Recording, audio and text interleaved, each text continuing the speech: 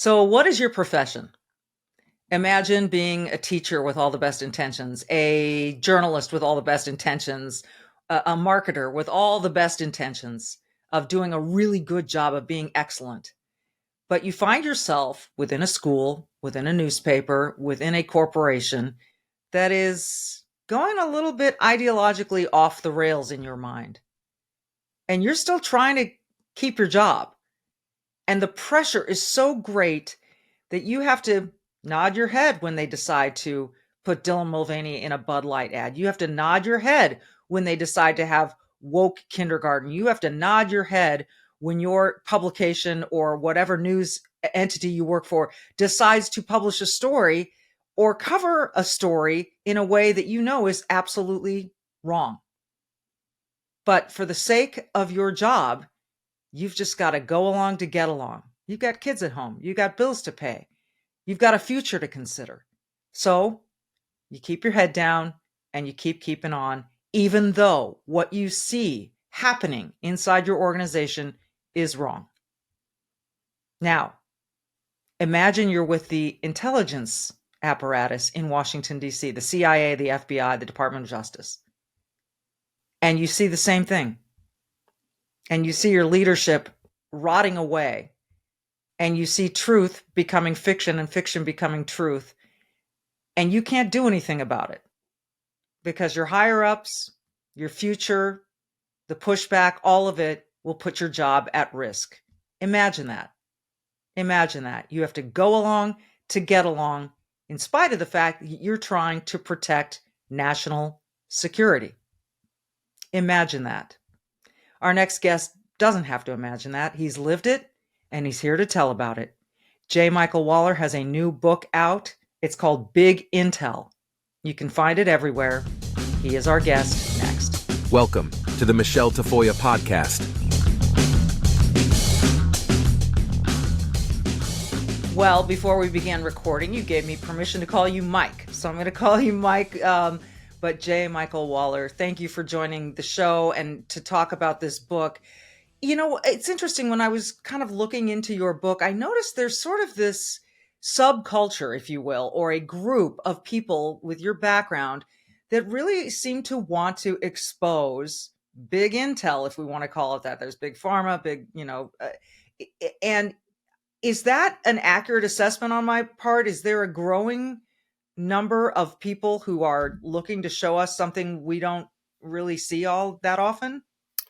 There are a lot of people from the inside who understand the value of intelligence and counterintelligence. They've devoted their lives to it, and they see it being permanently damaged by the change in culture in the intelligence community.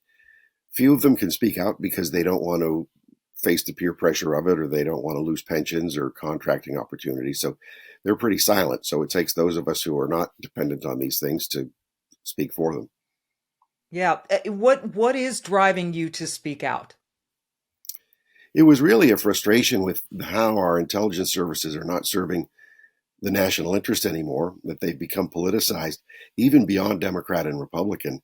They're taking us down a way where the country has not voted to go, and most of the people don't want to go. They view themselves as what they call agents of change, which is illegal. When you have an intelligence service purposely out there to change the culture of our country, something's really wrong. How did this start? What is the genesis of this issue? Because this seems wild to me that these intelligence agencies could actually absorb these change agents and not only absorb them, but promote them. Well, I was pretty skeptical when I first started researching this. I mean, I'd been aware of the changes for a long time, but I thought, oh, that's just me, or that's just the circle of people that I talk to. But then when I actually sat and read the executive orders of President Obama and the instructions and the internal manuals from the FBI and the CIA and their started talking to more people, I realized this is really bizarre. So what you're seeing in the military now, what you're seeing in public education, what you're seeing at Disney, it's all happening in the FBI and the CIA. It's just mainly unseen. So when we talk about when you say what we're seeing, it seems like this trend, beyond a trend now, I think, this move for diversity, equity, inclusion, There's a lot of the sort of interests that are outside the mainstream, kind of fringe interests being pushed. Is that what you mean when you say what's happening? Cultural Right. And it's, Marxism? yeah, yeah. And it's not simply that, well, we have to understand that the world is changing. We have to understand the cultures and the subcultures. This is what you need to know as an analyst, or we need to recruit people from those subcultures so they can, we can have effective intelligence collection and analysis and operations in those areas, or effective law enforcement with those communities. That's all perfectly understandable. But when it becomes an ideology that's internal to the bureaucracy, and if you do not go along with that ideology, and you can't be true to yourself, and you can't get promoted by being true to yourself, so you get promoted by going along with this false ideology that goes against everything you've ever believed, and it's really against your mission as an intelligence officer or analyst or law enforcement officer. Well, let's start there. The overall mission of intelligence, as I understand it, is to collect intelligence and counterintelligence to keep national security, to keep domestic security, to keep the country safe. You tell me, what is the overall mission of our intelligence agencies, at least the pure mission that was original to it? Sure. It's a pretty simple mission. It's to collect information secretly around the world using, penetrating areas that are being denied to us so that the other guys don't know what we have and what we're doing, to collect that information. That's called intelligence collection, and then to analyze it and to create a conclusion or a product or a prediction to inform the presidents and the president's designees so that they can make adequate national security and foreign policy decisions. On the flip side of it, you have counterintelligence, which is to combat and counter the efforts of foreign intelligence services that are doing that to us. And then you have on the operations side, the covert operations end, which is a very different thing, using agents around the world to create events, to change events, to influence events to the advantage of our country so that we don't have to use military force. So if that is the mission, how has it changed? Well, imagine if you cannot be an objective intelligence analyst anymore because you don't subscribe to this official ideology that's imposed on you. Or if you collect intelligence and come to a conclusion that runs against that official ideology. That means that the post-truth society that's become part of our popular culture now, and it's invaded journalism and so much else, scholarship and so much else, has now pervaded the intelligence community, so the truth is not the truth anymore. Now, it's compounded in intelligence because sometimes you have to work with untruths as part of the nature of it. But when you're deceiving yourselves and deceiving one another, you're deceiving your leadership of the country, and then providing bad information for bad decisions. So when a man is no longer a man and a woman is no longer a woman, basic facts like that, and you are forced to accept those basic facts. So diversity, equity, and inclusion doesn't mean diversity of thought. It means orthodoxy of thought. And if you don't go ahead and buy into it, you're perceived as contributing to a toxic work environment, and you're not promoted, or you're not allowed to do your job. The same in law enforcement. Yeah. So imagine if the FBI gathers information on you that's not true, but they say it's true. And they present it as evidence in court, and it's not true, but they say it's true. Or they deny true evidence to exonerate you. Or deny true evidence to go after a real bad actor like a spy or a terrorist, but we can't do that because it's racist to go after somebody from a certain part of the world. I mean, when you think of that, and then you think the people sworn to defend us in the FBI and the CIA, so many of them don't believe in our constitutional founding principles. They think that the founding fathers were racist.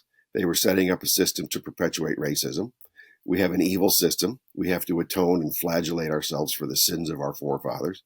Our Judeo-Christian ethic is oppressive and racist, and all the way down to, every aspect of life is racist. Then these are the people we want defending our country for us.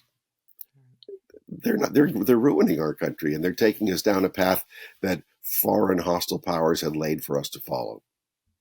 So how high does this go? In other words, I can see how young college grads would come out of academia and have this ideology and want to further it within these institutions. But what I hear you saying is this is much higher up, that it is being injected into the system by people with a lot of power. Right. So it was there. So when you're recruiting intelligence officers, you have to recruit it from a wide variety of views, because you need people with different backgrounds and different traits and different ways of looking at the world to look at a lot of the same material, same evidence, and come to different conclusions. And that way you get the best answers. That's the way intelligence should really work. It doesn't always work that way, or often doesn't work that way because of just the way bureaucracies are.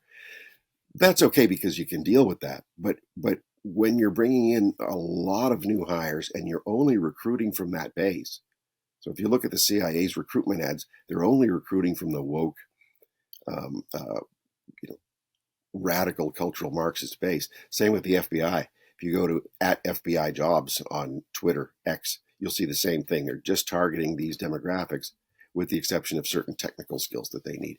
So this started really after 9/11, when there was a huge hiring to buck up our national security community.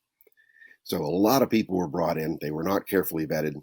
I know, because I was a graduate professor and many of my students went in, and many of them were the best people on earth, the exact people you'd want to be in intelligence at the FBI. Others were absolutely the opposite. So that's just my one perspective. But think of how the universities are across the country, shaping people to think the way they're being shaped to think. If Harvard is any, is your Well, five-star Harvard is, example. yeah, that is a great example, and I think it exposed a lot about all of the Ivy Leagues, because you can assume, and we saw it with MIT and Penn, and it looks like Dartmouth is starting to try to turn its ship. But so, what do we do about this? I mean, it's truly concerning. I think so many of us in the last several years have said, wait a minute, the news media, the politicians, our leadership, they're telling us things that we see are just not, they're lies. When they say the border is secure or the border is closed, and we have drone footage of quite the opposite, and we have busloads of people coming from the both borders really into cities, and it was really smart, I think, for Governor Greg Abbott and Governor Ron DeSantis to bring some of these people into cities where it would get noticed more. It's not just Texas, it's not just Arizona, it's not just California. So we see this with our own eyes, and yet our government officials are telling us otherwise. So I think we are starting to see the gaslighting. What do we do? It's easy to get discouraged, but we Yes. don't have to be, because there's still a little time. And without being too overly optimistic, to get back to your other question, so the rot comes from the bottom, but it also came from the top, because when the intelligence community was centralized, people like Obama came in who did have this cultural Marxist agenda, imposed this from the top and across the community. Now, that was all done by executive order, meaning by a presidential decree that has no standing in law. So Right. the next president can come in and simply repeal that stuff, forbid it from being done. The bureaucracy has to comply. So that's one good thing. So if the next president comes in with the right team of people who are unified, who get it, go through all those previous executive orders and the ones that Biden has put in place, repeal them. Have your own executive orders pre-written, and have your own personnel pre-cleared and pre-placed to go in and start taking over. And the bureaucracies will generally comply with what the top says, even if they do it kicking and screaming. So that's part of it. I would split up the CIA into two different organizations, one for covert ops and one for collecting and analyzing intelligence, and downsize them, especially the analytical side, because there's a lot of waste and wokeness, and you can't fire federal employees easily, but you can abolish their positions. Same with the FBI. Keep its important elements. It performs functions that we need, and there's still a lot of good people in there. But break up the FBI into different organizations in an orderly way. Transfer those functions to other agencies that currently perform them or are adequate for them, and who aren't as woke as the FBI has become. And then let the FBI go into history as something that's done its job. But in terms of branding, the FBI brand to law enforcement is like Bud Light is to beer. So let's just get rid of that. And finally, and this is where every citizen has a real role to play, we have to pay attention to who we elect as our county sheriffs. We don't think of sheriffs. Many of us don't even know what they do. And yeah, we vote for them, but how many people really grill the sheriff candidate for that election? Right. We need to, because they are the eyes and ears of the FBI and these other abusive agencies when they come into our communities. FBI doesn't have its own people in the communities. They have small field offices or some large ones in large cities, but they need the local cops and the local sheriffs. But the sheriffs can say no.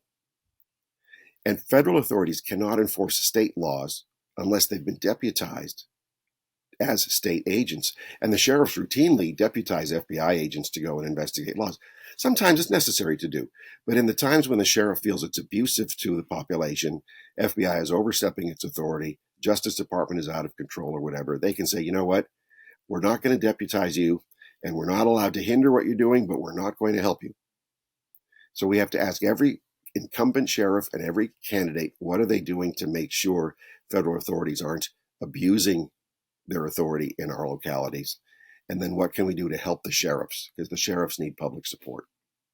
That is really interesting. That is a new one to me, and I'm glad to have heard it. So you said you don't want to sound too hopeful.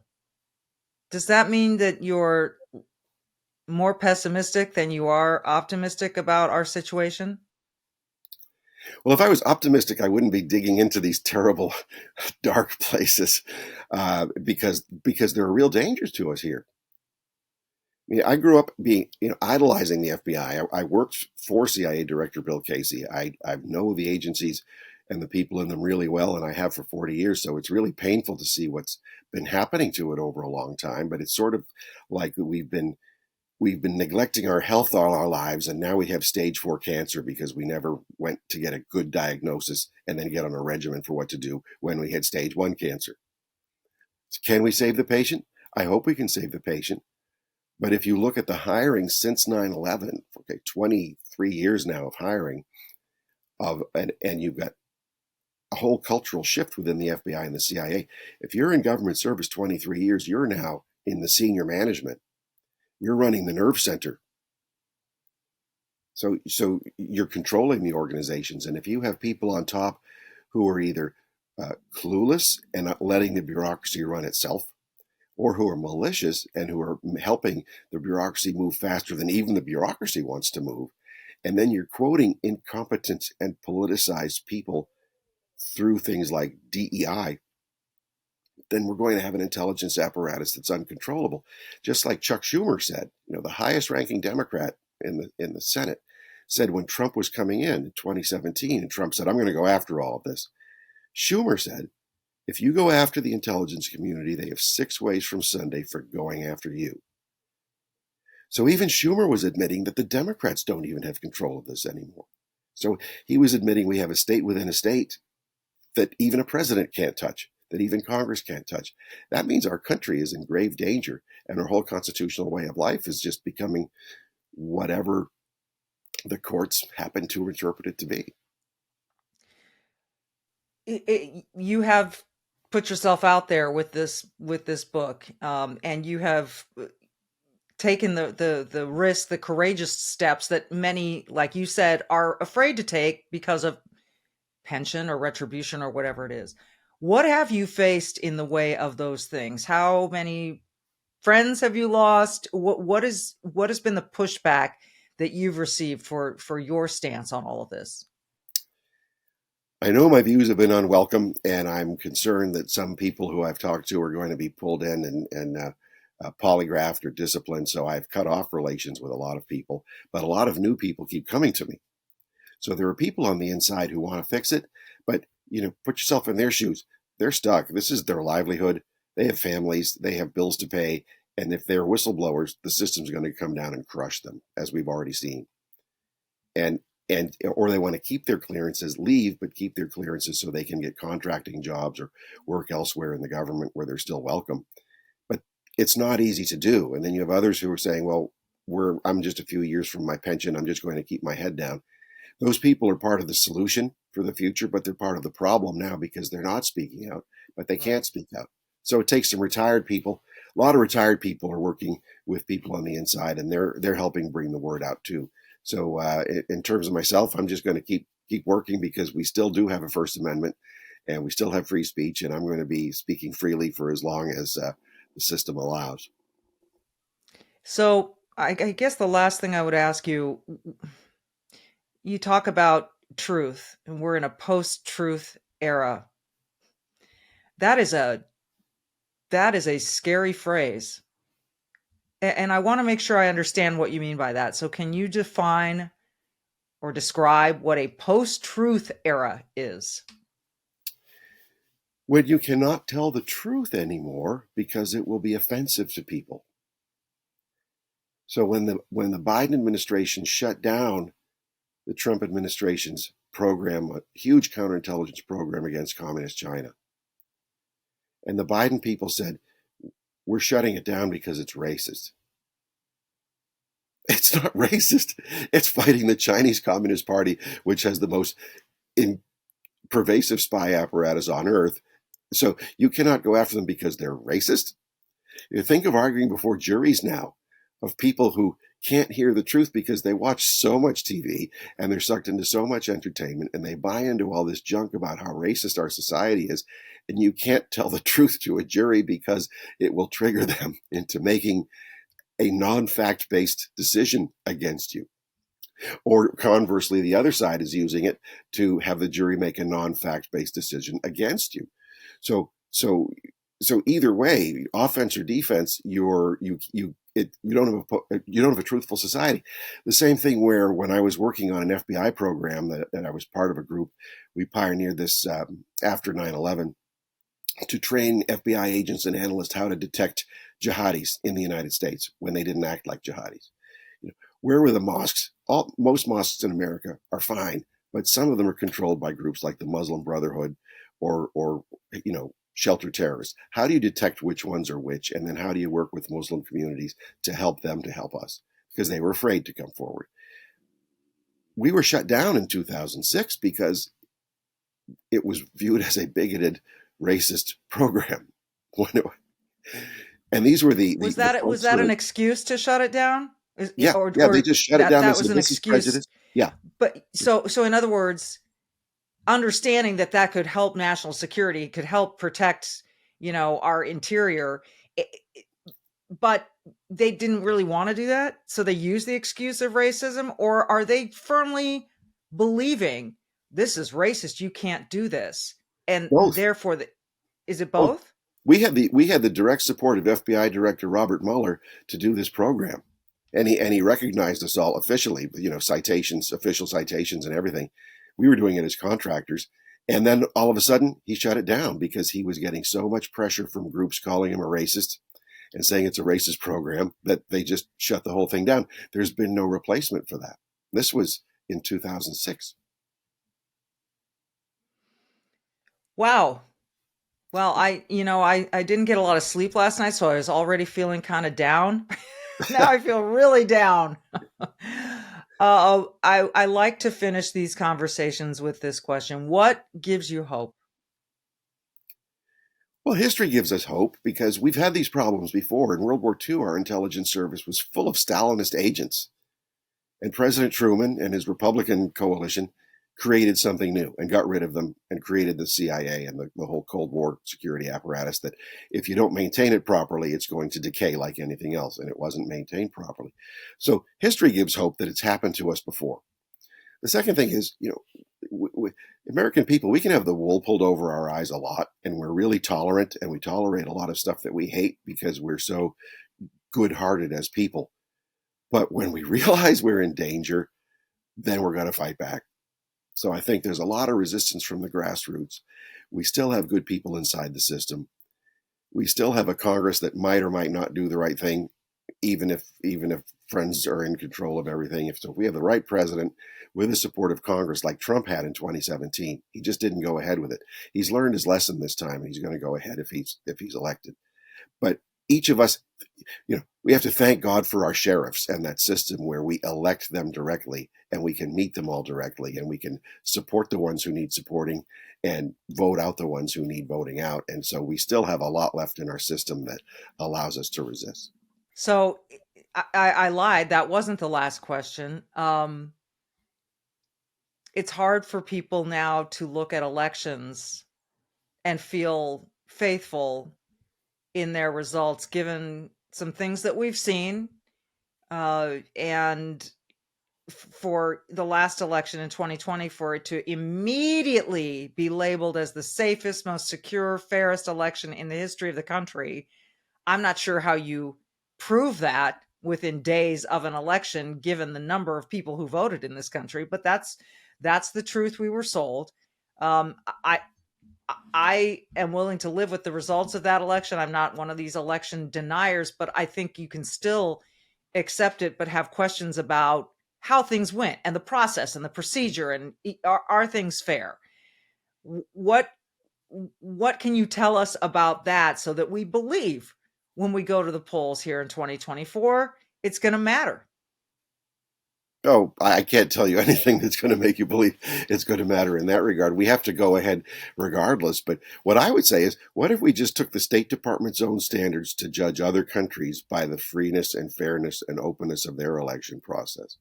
Or go to Jimmy Carter and the Carter Foundation's electoral program that they have for monitoring elections around the world, and use Jimmy Carter's own standards for free and fair elections. You'll find that they don't apply to the way the American elections have been. So if we just applied our own government standards on which we judge other countries, we'll be okay. Well, with that, here we are in 2024, and everyone seems to think it is pivotal. We say that every 4 years. For some reason, this time feels a little different, but I guess we'll find out. But Mike, I so appreciate the work that you've done and your willingness to come forward and share it with the rest of us. You certainly have an inside look, and best of luck with the book. Thanks, Michelle. Well, I finish every day, and I'll say it again, because I think Mike took a certain dose of courage to have a stance that is not that popular with his old friends, some of them. And he's doing something good with it. So, as I always say, be brave, do good, and we will see you next time.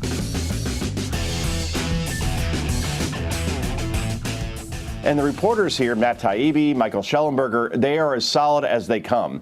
The CIA director at the time was John Brennan. He has shown himself to be completely and totally partisan and completely anti-Trump. He currently serves as an MSNBC analyst, and his sole job is to bash Trump at every turn. So when you listen to John Brennan on TV now, and you see this reporting and the reporters that are behind it, again, it's not hard to believe that Barack Obama and therefore his CIA would spy on Donald Trump in an attempt to stop him from becoming president, and after he became president, to make his job as difficult as possible, guys.